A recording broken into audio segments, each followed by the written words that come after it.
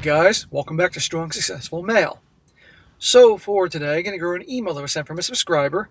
That's from a guy. He's 61 years old, happily, and I do mean very happily, divorced, and shares his story from like decades ago when he kicked his wife to the curb after many years of BS going on, and he finally had enough after discovering her cheating on the computer. You're going to see back in the late 90s, they got their first personal computer. That's when a lot of people were doing it, when the internet was coming big. And it wasn't long before she was addicted to that thing and the attention she was getting. And I thought it'd be a very good one to go over here, guys, to show you that when there are signs early on in the relationship, signs that this girl is damaged, it's best to walk away. Don't be that white knight savior. And you're going to see there were signs early on.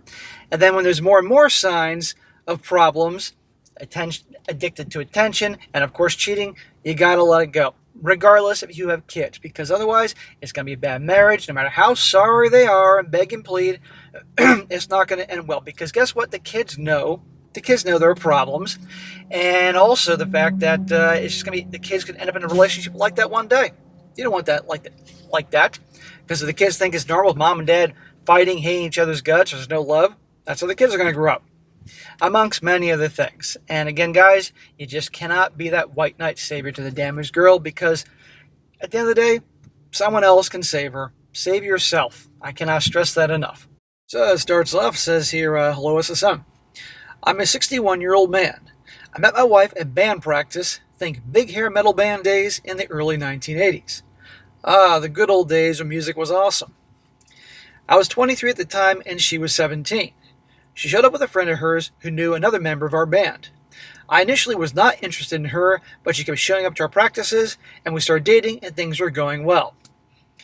I'm going to assume that you were smart and didn't start dating her until she was 18 years old, which is why you weren't interested. Think about that one, guys. One day she says, I have to tell you something, and you know what I'm thinking. However, it was something right out of left field that you would never expect to hear from a new girlfriend. She starts off with, my mom told me I need to tell you about this so you don't find out from anybody else. Bottom line was, she and her sisters had all been, had bad things happen to them from their father. And needless to say, I was shocked and very angry with him. Okay, and you guys can all see maybe where this could be going.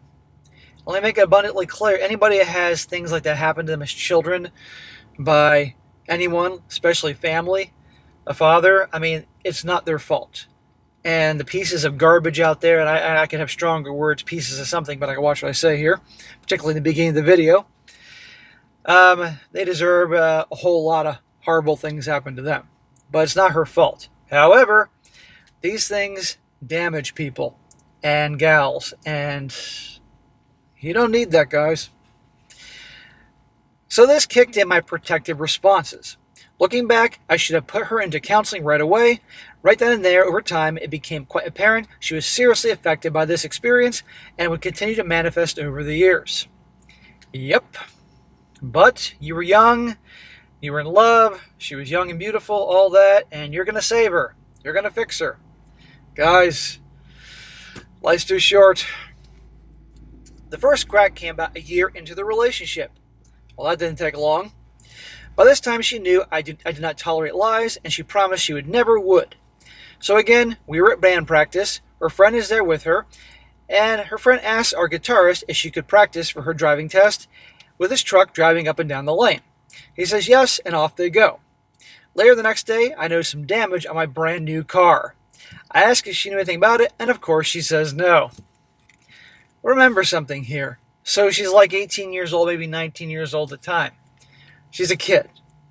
Yes, generally speaking, people that are 18 or 19 years old decades ago, by the most part, behave more in a mature manner than nowadays, but still, she's a kid. And going to act like a kid, and this guy is way older than her. And never give anybody your wheels. It's just learning how to drive without you being there. So the next time at practice, I park in the same place behind my buddy's truck. I notice damage on his truck that precisely matches the damage in my car.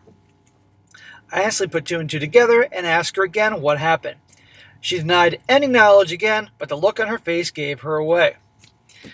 Bro, you should have ended it right there and then and there. Never mess with another man's automobile, just like they said in Pulp Fiction. Oh, hell no. I put my gear back in the car and told her to get in. Now, we've been living together at this point, and I took her straight back to her mother's house and left her there, but forgot to retrieve her key. By the time I got back to my apartment after practice, she's waiting there with her mother. Yeah, you gotta take the key back, you know. And why the hell are you living together so early on? I mean, come on here. The sorries and beggings, and I gave in. Smack! So now she knows that she can lie to you. Now she knows she can be irresponsible and pull bullshit, damage your property. With enough beggings and I'm sorries and everything, you'll cave and take her back. Guys, you're going to see how this blows up in his face. So fast forward in time, all has been good. It seems she's learned her lesson. But she still had a growing self-confidence problem that manifested into an unhealthy attachment to me that I misunderstood for love. We were married in April 1990 and had our first and only daughter in 1997. She was an excellent mom and seemed devoted to me and our family life. Okay, I'm sure he's leaving a lot of things out here, but things were vastly better after she at least saw that he was willing to walk away. But he should have permanently walked away, as you're about to see. And by the way, he mentioned how she has a growing self-confidence problem, unhealthy attachment. These are things that can happen, sadly, to people gals that have issues with daddy, even though her daddy did some awful shit.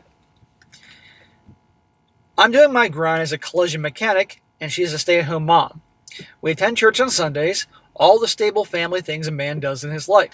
Our sex was satisfying, and she was just as willing to initiate as I was. Then I decided to purchase our first personal computer. Late 90s. The internet is alive and well, and everybody's getting computers then. Something that I felt we should learn to use. Not long after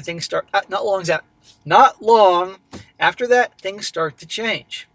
She discovered Yahoo Chats and was spending a lot of time playing Yahoo Pool. Oh my God, we're going back in time. Yahoo Chat, or remember AOL Instant Messenger or AOL chat rooms? Oh my God. Now we got a girl with self-confidence issues suddenly is getting attention at her fingertips. Talking to dudes around the world. Lord knows who they are, what they're doing, or what their background is, but attention, attention, attention. And this is before Facebook or Instagram or anything like that. Then one day the personal computer broke, and this was the first time I witnessed her lose her mind, demanding that I get fixed pronto or replace it.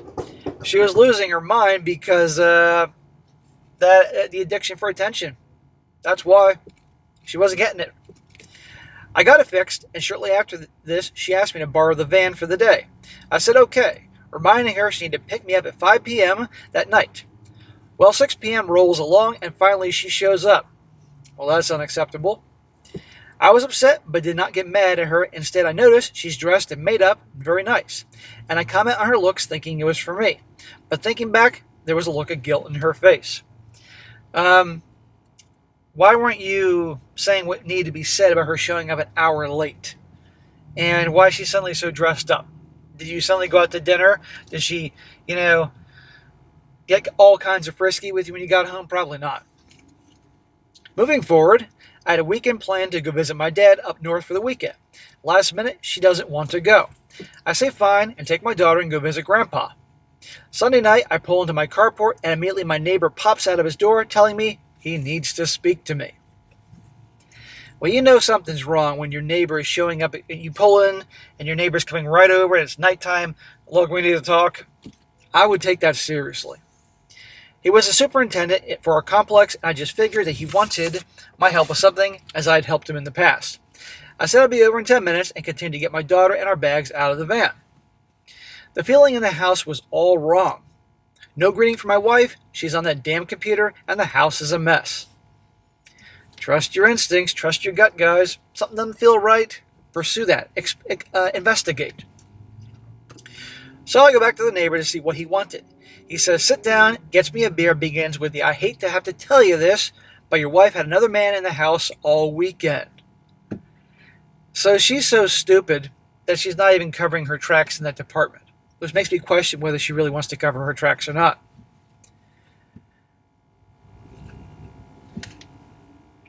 uh, all weekend. She was stupid enough to have me even park in our carport. Plus, the walls are like paper, and he and his wife heard them all weekend. Heard them talking or heard them doing something else. Now I'm going to jump forward here, and we and all her family are a very close church-going family. Her brother gets involved in our situation and convinces us to work things out. Smack! That's a smack to the brother, who thinks it's his business to get involved in your business, and smack for you for letting him do that. It's not his fucking business.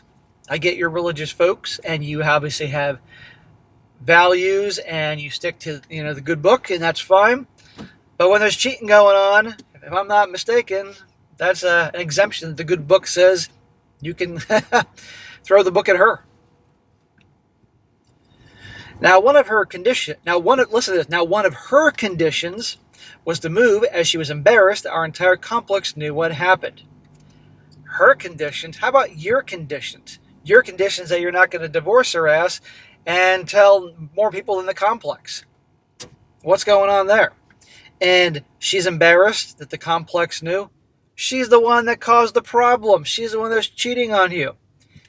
So we move into a luxury building that she liked, and life goes on. Smack! Should have ended with her. You should have ended with her when she was lying to you and effed up your freaking car all those years before, amongst many other things. And now you got to pay for a probably more expensive apartment or condo so she can feel better. You're the only one working. What a great deal for her. My 40th birthday was coming up, and she planned a big party with the entire family. That was the last family event we would ever have. Shortly after that, the computer broke again, and the guy I took it to informed me that it had been password protected and he could not do a full scan. I asked if he could just make it work, and I would deal with it.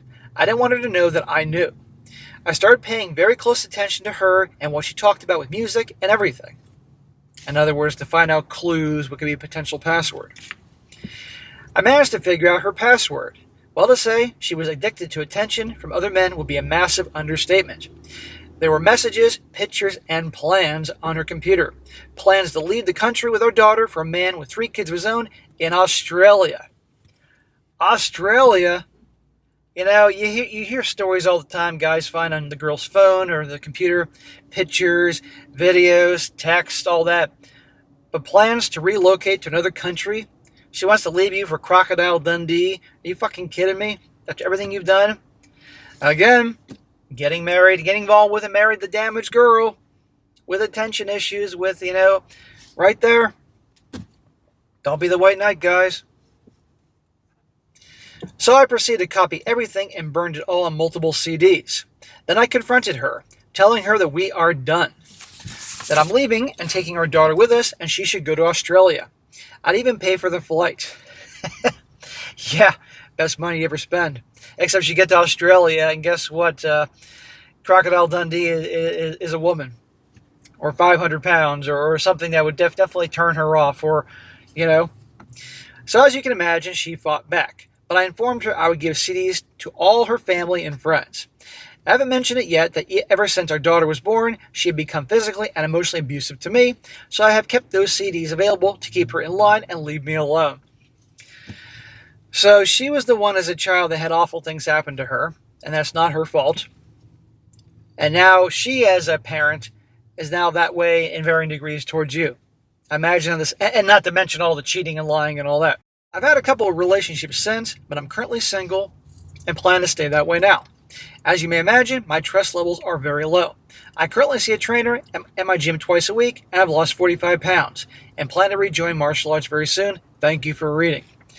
Holy crap, man. Now, obviously that divorce happened a long time ago, but I'm sorry it happened to you, and obviously you didn't know what you know now, but my God, the signs were there from the get-go. And I'm going to stress this as much as I can. It's not her fault what happened to her as a kid. And things in childhood really can screw people up. But you have to get past them. And not turn into the a-holes that did that to you. But what you do as an adult, that's on you. And you saw signs from the get-go that she's got problems. And then lying and messing up your car and other things like that. And then the addiction to the computer. And it's just one thing after another. This is who she was all along. And I think even before you got a computer in the late 1990s, she was getting attention elsewhere. You just weren't aware of it, you know? And I think she just became so used to not getting caught, she just stopped covering her tracks. But you absolutely did the right thing. And I don't blame you at all for not getting in relationships now or anything like that. If you want to have obviously, you like women, or at least things you can get from them. So obviously, you get them from time to time, and that's about it. But obviously, you found happiness in your own life doing your own thing. You have your daughter, so at least that's a silver lining to the whole thing with her. I'm hoping like hell everything's cool with your daughter. I'd really like to know if she actually went to Australia. Did she go to Australia? Did she stay there? Did she come back? I'd like to know about that. But anyhow, sorry it happened, but the lesson here is don't be the white knight. Don't be the savior of the damaged girl. When the red flags are there, handle it accordingly. And if there's signs of cheating, you end it. Don't let family try to manipulate you into giving them a second chance and saying because of the kids, because guess what? You haven't getting divorced anyway, and the kids usually know a situation is royally screwed up, you know, and that's just not a way to have the kids in the house. But what's done is done. You're living your life as you want. You're 61. You got a whole lot of life left. Congratulations on losing that 45 pounds. I'm sure that wasn't easy, particularly at your age, but it shows you it can be done, guys. But yeah, get back to martial arts. When I was in martial arts, I had a couple guys in their late 60s, then 70s that were there, a dentist and a retired school principal. They were awesome. I was friends with those guys. They did what they could. They weren't punching as fast as they were probably 30 years ago and everything, but they were there doing their thing, getting great exercise. Everybody looked up to them like uncles there. It was cool. You'll get great cardio and all that. Just be careful. And you're not going to be able to, during stretching time, you're not going to be able to do the stretches like you used to or those high kicks, but just do what you can. And keep doing things you enjoy, and you're going to be okay. So, guys, lots of lessons in this story. And a lot of these stories, the lessons I repeat over and over again, but you got to have to hear this over and over again because, let's be honest, us guys have thick skulls. And this is why I smack guys, because you have to smack some sense into them. And you have to repeat these lessons over and over again for it to sink in. So, appreciate your writing in, sir, and I wish you well. All right, guys, that's it for today. Be sure to comment down below. Let me know what you think about this. And if you got a good story to share, email me, strongsuccessfulmale@gmail.com.